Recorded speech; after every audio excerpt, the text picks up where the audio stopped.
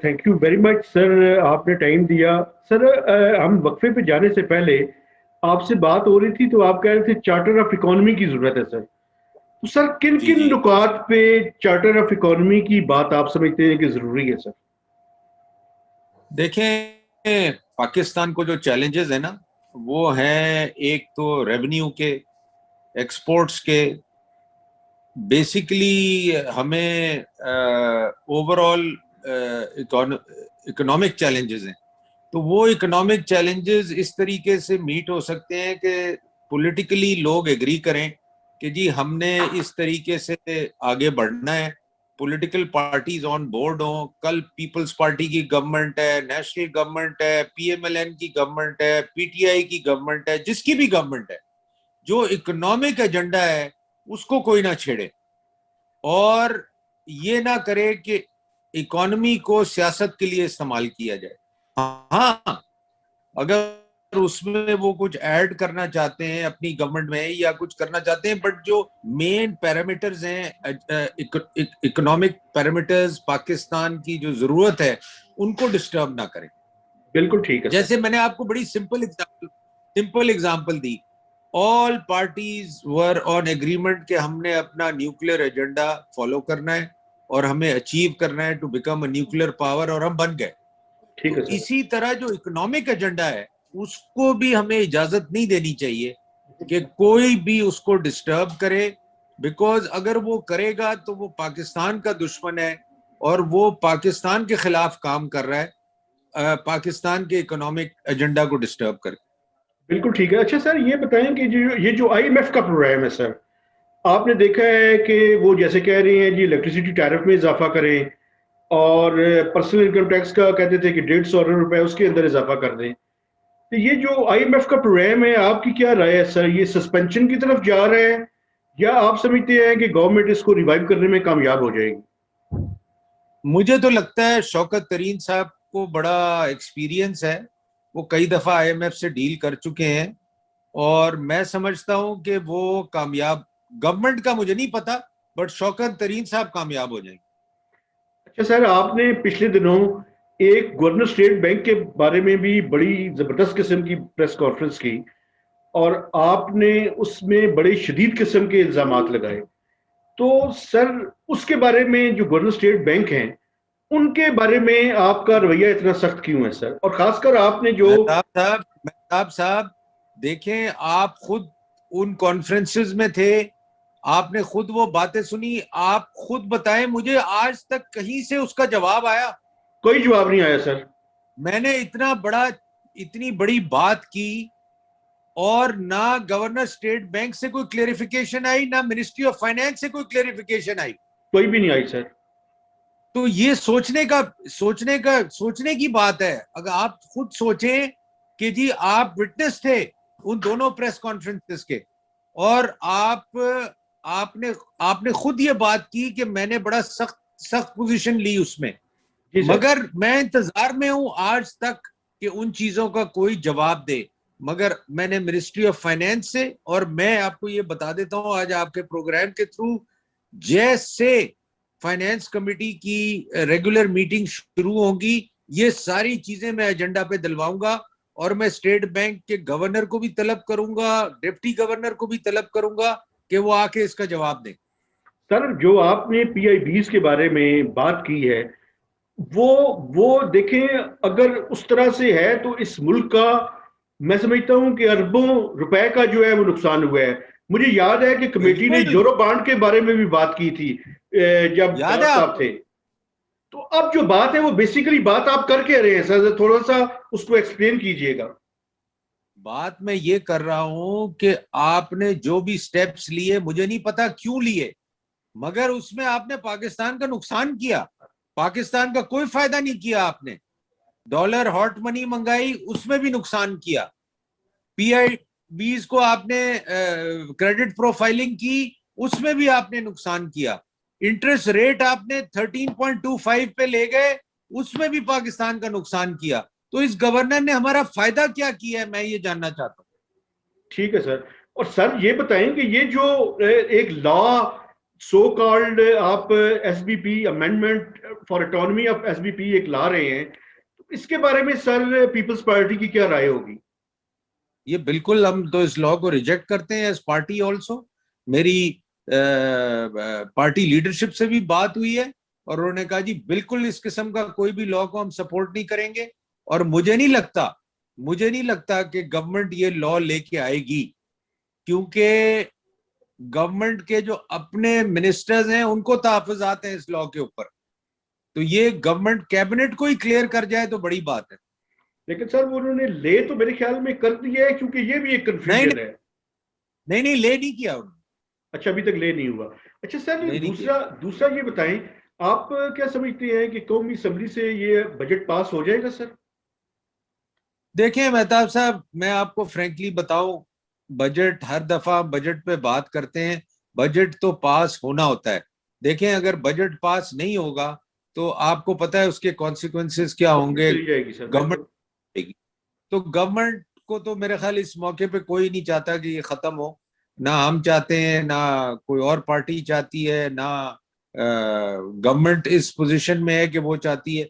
तो मैं समझता हूं कि मेरा मेरा ख्याल है बजट पास हो जाएगा। बजट के पास होने का, और अगर खुदा ना खास्ता कोई प्रॉब्लम आता है तो वो बड़ा सीवियर होगा अगर आ गया। लेकिन सर आप एक और, मैं आपकी तवज्जो दिलाना चाहता हूँ पेट्रोलियम लेवी की तरफ सर। देखिए 610 बिल्कुल, अरब रुपए इन्होंने पेट्रोलियम लेवी के रख दिए हैं। पेट्रोल की बिल्कुल रख प्राइसेस दी। इंटरनेशनल मार्केट में बढ़ रही हैं। तो आप क्या जी समझते जी। हैं जुलाई से तो एक महंगाई का नया तूफान जो है वो इनको लाना पड़ेगा, इसका सर इसको किस तरह से टैकल करेंगे? अगर इन्होंने नहीं बढ़ाई तो वो 610 बिलियन गए। और अगर बढ़ानी पड़ी तो सर फिर क्या होगा? बढ़ानी पड़ी तो फिर आप भी इधर ही हैं, मैं भी इधर ही हूँ। आप देखिएगा क्या होता है। क्योंकि मतलब ये सर तो तबाही है, बीस से तबाही है। 20 से 25 रुपए पर लीटर लेवी लगानी पड़ेगी सर। बिल्कुल बिल्कुल, वो तो मैंने आपको याद है अपनी प्रेस कॉन्फ्रेंस में ही कहा था कि इस 20 रुपए तो इनको लगाने ही लगाने हैं। बिल्कुल सर, बिल्कुल ठीक है। अच्छा सर, एक जो है वो मुझे ये बताएं कि अब जो इकोनॉमी जिस जगह पे खड़ी है सर, अब यहां से आप ये देखें कि इसको आगे ले जाने के लिए, एक तो चार्टर ऑफ इकोनॉमी की बात आपने की सर, दूसरा ये देखें कि पीएसडीपी में पैसे रख देते हैं, यूटिलाइज नहीं होते, और एक बड़ी वजह सर नैब का खौफ है। बिल्कुल तो ये बिल्कुल। नैब के लॉ के बारे में सर क्या पीपल्स पार्टी सोचती है और आप क्या चाहते हैं, क्या होगी? देखें देखें, गवर्नमेंट गवर्नमेंट चाहती है नैब का, मगर क्योंकि वो नैब को इस्तेमाल कर रही है और नैब पे प्रेशर डाल रही है कि आप ऑपोजिशन की पीछे जाएं, ऑपोजिशन के लोगों के खिलाफ केसेस बनाएं, ये चीजें करें, तो मैं ये समझता हूं कि सबसे बड़ा खतरा गवर्नमेंट को, इकोनॉमी को, बिजनेस को इस वक्त, ब्यूरोक्रेसी को इस वक्त नैब बना हुआ है।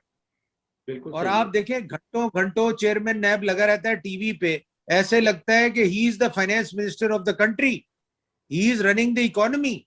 मतलब ऐसी बातें फजूल किस्म की एक आदमी कर रहा है जिसको अलिफ बे नहीं पता इकोनॉमी की, और वो बता रहा है जी नैब ने बचाया हुआ है इस मुल्क को, नहीं तो ये मुल्क खत्म हो जाए। तो सर ये अगर इस किस्म से ये गवर्नमेंट समझती है कि नैब को इस तरीके से चला के ये कोई बेहतरी लाएंगे, मैं नहीं समझता ये कोई बेहतरी लाएंगे। ये मुल्क को नुकसान पहुंचा रहे हैं, मुल्क की इकोनॉमी को नुकसान पहुंचा रहे हैं। और ब्यूरोक्रेसी इतनी तंग है कि आप सोच नहीं सकते, बिजनेसमैन इतने तंग हैं। फेडरेशन के चेंबर का जो प्रेसिडेंट अभी आया है उसने लेटर लिखा है चेयरमैन नैब को कि खुदा के लिए हमारी जान छोड़ें, क्यों बिजनेसमैनों के पीछे पड़े हुए हैं। उसके बाद उसने सारे बिजनेसमैन के केसेस वो कमेटी में भेजे हैं जो बनाई थी। नहीं तो ये तो सब पैसे कमा रहे हैं बिजनेसमैनों के साथ डीलें करके। तो ये तो एक करप्ट इदारा बन गया है। और इनको आपने इतनी अथॉरिटी दी हुई है कि इनको कोई चैलेंज नहीं कर सकता। तो मैं तो अभी उस मौके का इंतजार कर रहा हूं जिस दिन मैं नैब का एहतसाब करूंगा, हमारी कमेटी नैब का एहतसाब करेगी। बिल्कुल ठीक है सर। अच्छा सर, ये बताएं कि पिछले 3 सालों में जो इकोनॉमिक परफॉर्मेंस रही है पीटीआई की, इसके बारे में आपकी क्या राय है सर? क्योंकि इकोनॉमी की हालत तो, आम आदमी की हालत तो बुरी हुई है सर। सर बिल्कुल बुरी, सिर्फ आम की नहीं हुई, मिडिल क्लास की भी बुरी हुई है, बिल्कुल सर। अमीर आदमी की भी हुई है। मैं आपको बताऊं, कोई आदमी ने प्रोग्रेस नहीं की है, किसी तबके ने प्रोग्रेस नहीं की इन 3 सालों में। तो ये ना इनका कोई इकोनॉमिक एजेंडा था, ना इनको पता था कि हमने करना क्या है, ना इनके सो कॉल्ड जो टीम थी वो नजर आई कि भाई ये क्या कर रहे, हमारा क्या प्लान है। ये तो ऐसे लगा कि सुबह आप उठे मेहताब साहब और आपको कहा जी आप प्राइम मिनिस्टर हैं और खत्म, और आपको पता ही नहीं कि मैंने परसों करना क्या है एज प्राइम मिनिस्टर। तो इनके साथ ये हुआ है। इसका मतलब ये है सर कि इनकी तैयारी कोई नहीं थी, लेकिन ये तो दावे करते थे कोई सर 200 बंदा हमारे जीरो। पास है और हम 50 लाख घर बनाएंगे, 1 करोड़ नौकरियां देंगे। तो वो सारा क्या हुआ सर उस एजेंडे का? Totally zero. कोई इनके पास टीम नहीं है, मैं आपको फैक्ट बता रहा हूं। अभी भी इनके पास कोई टीम नहीं है। ये तो शुक्र है शौकत तरीन साहब आ गए तो कोई इकोनॉमी की तरफ थोड़ा अटेंशन चला जाएगा, बिजनेस की तरफ थोड़ा अटेंशन चला जाएगा। अदरवाइज कोई टीम नहीं है, जीरो, बिल्कुल 0/0 है ये गवर्नमेंट। लेकिन सर एक और राय मैं आपकी जानना चाहता हूँ। देखिए सर, कुछ लोग इनके पास ऐसे हैं सर, जो इनकी कोर टीम होती तो शायद से ज्यादा बेहतर डिलीवर करते सर। मसलन आपकी सेनेट कमेटी में मैं मोहसिन अजीज साहब को देखता हूँ। बाकी बिल्कुल जो सेनेट में इनके लोग थे, अगर उनको सर बिल्कुल थे। इनको लगाया जाता, एक केपी से थे इनके सेनेट के मेंबर, लेकिन अपनी कोर टीम की तो उन्होंने अहमियत ही नहीं दी सर। भाई अहमियत ही नहीं दी। और मोहसिन मोहसिन अजीज साहब को हमारी बड़ी कोशिश थी, एक नोमान वजीर साहब थे नोमान और वजीर का मैं नाम लेना चाहता, बिल्कुल वो सर। वो भी बड़े समझदार आदमी थे, मगर इनको इस्तेमाल ही नहीं किया गया। इनको इनको तो बिल्कुल खुडे लाइन लगा दिया और आज भी ये खुडे लाइन है। तो मैं ये कह रहा हूं कि जब तक आप टीम सही नहीं बनाएंगे and people who know their job, आप फाइनेंस कमेटी देख रहे हैं, आप बजट देख रहे हैं कि हम किस तरह स्टडी कर रहे हैं, और आप ये भी समझ रहे होंगे कि कितने लोग हैं उस कमेटी में जिनको पता है कि उन्होंने क्या करना है, उनको है बजट की कि ये बजट में क्या चीजें पूछनी है, क्या चीजें करनी है, और बाकी लोग तो वहां फारिग हैं, आपको पता है। तो फिर ये जब गवर्नमेंट को अगर इन चीजों का एहसास नहीं है तो कहां से डिलीवर करेंगे मेहताब साहब? Wrong man for the, I mean right, you need the right man for the right job. तो वो तो है ही नहीं। तो वो कहाँ से, मुझे नहीं लगता। ये आप देखिएगा 2 साल भी गुजर जाएंगे, कुछ नहीं होगा। अच्छा सर, अगर पीपल्स पार्टी को मौका दिया जाए तो जी आपका जी। सर इकोनॉमिक रिफॉर्म और इकोनॉमिक एजेंडा क्या होगा सर?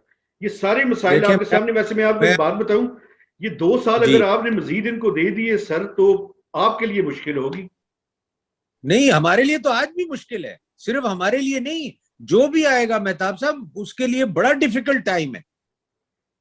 तो कैसे मगर करेंगे हम सर? पहले, हमारा एजेंडा यही होगा। जब हम 2008 में आए थे, 24 बिलियन एक्सपोर्ट का प्लान लेके आए थे, inflation below in single digit, interest rate in single digit, investment high priority, और रेमिटेंसेस। मतलब हमारे हमारे बड़े 4-5 कोर एजेंडास थे। और बिलीव मी, आप माने या ना माने, जो लीडरशिप थी ना हमारी, वो टोटली फोकस थी इस एजेंडा पे। हर महीने जरदारी साहब मीटिंग लेते थे प्रेसिडेंसी में, पूछने के लिए कि जी इस पे क्या हो रहा है, इन चीजों पे क्या हो। जो भी उस वक्त फाइनेंस मिनिस्टर था, हमने भी 2-3 फाइनेंस मिनिस्टर चेंज किए, मगर वो वजह ये नहीं थी। वजह, एक को चेंज किया नॉन परफॉर्मेंस पे, और उसके बाद फिर मैं आ गया, खैर मैं तो एंड में आया, मगर उससे भी जरदारी साहब ने परफॉर्मेंस करवाई। ही इंश्योर्ड कि his agenda will be implemented. तो देखिए, लीडरशिप की involvement in the economic agenda बहुत जरूरी है, और उनकी समझ बड़ी जरूरी है। अगर उनको समझ नहीं है तो बड़ा डिफिकल्ट है उसको अचीव करना। तो मैं ये समझता हूं, अगर हमें अल्लाह मियां ने चांस दिया दोबारा, तो 50 बिलियन एक्सपोर्ट का एजेंडा है, same thing single digit investment to be, or to the highest limit that we can bring into Pakistan, and imports to be curtailed, current account to be curtailed, and job creation. Sir job creation not through government, job creation through investment. बिल्कुल ठीक। और FBR को क्या करेंगे sir?